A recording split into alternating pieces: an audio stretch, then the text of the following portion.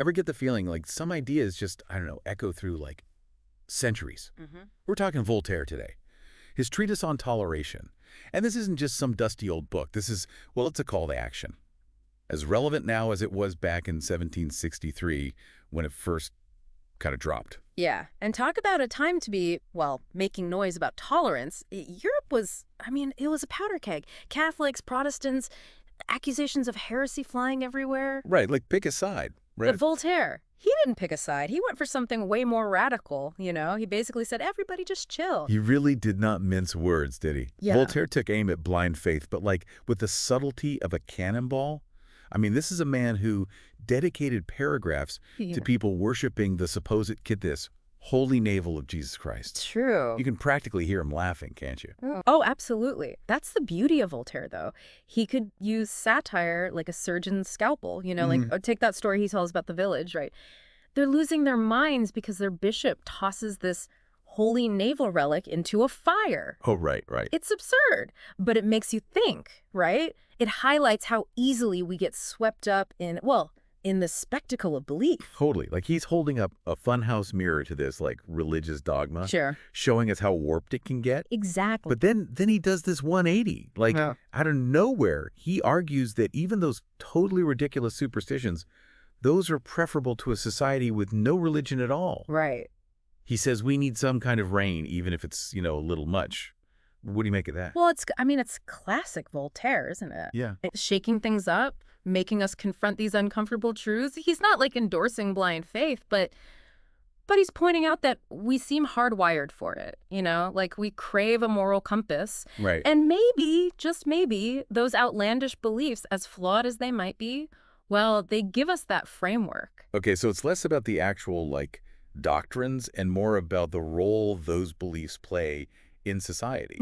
Kind of a like social contract, but based on shared values. Exactly. And that leads into, I think, another cornerstone of Voltaire, his thinking. And that's reason. He was never afraid to call out those clinging to outdated dogma. Yeah. And he used wit to do it. The sharpest wit you ever did see. Like when he's talking about like how science was basically blowing up old beliefs, right, yeah. revolving around the sun. Right. Like, hello. And he basically calls the authorities who are clinging to those old views beasts. Yeah, yeah. Not holding back. And this is why I think his argument about tolerance, it expands, right? It's not just about religion anymore. Right. If we can accept new scientific truths, even when they challenge us, you know, at a fundamental level, Totally. Shouldn't we be able to extend that same open-mindedness to, well, everything, different ways of thinking about, well, anything, really? It's like he's saying, look, we evolved our understanding of like the natural world. Why not our approach to spirituality and belief too? Right. And he really drives this point home, this idea with this wild thought experiment he does. Oh, yeah. Okay, so imagine a conversation. Yeah.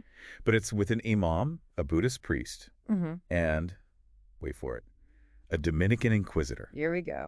And this is where it gets good, right? Like Voltaire, he can't resist a good story. He throws in this whole thing about St. Francis Xavier. Oh, yeah. Saying, basically, if the authors of his biography were around in Voltaire's time, they wouldn't dare try to claim, like, he brought back 9 corpses. Right. Or that, get this, a crab fished his crucifix out of the ocean. It's unbelievable. It's like an Enlightenment era roast. He knew how to make his point stick, that's for sure. And humor. Yeah. That was the secret weapon, those outlandish situations. Yeah.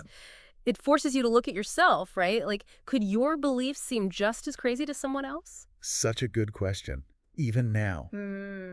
But he doesn't just, you know, poke fun at this dogma. He goes for the heart of it. Argues that trying to force everyone into the same box, belief-wise, it isn't just wrong, it's impossible. It's impossible. He compares it to, and I love this, subjugating the universe. It's such a powerful image, right? Like, you're going to control everyone's minds. That's like trying to control the tides or the stars. Right.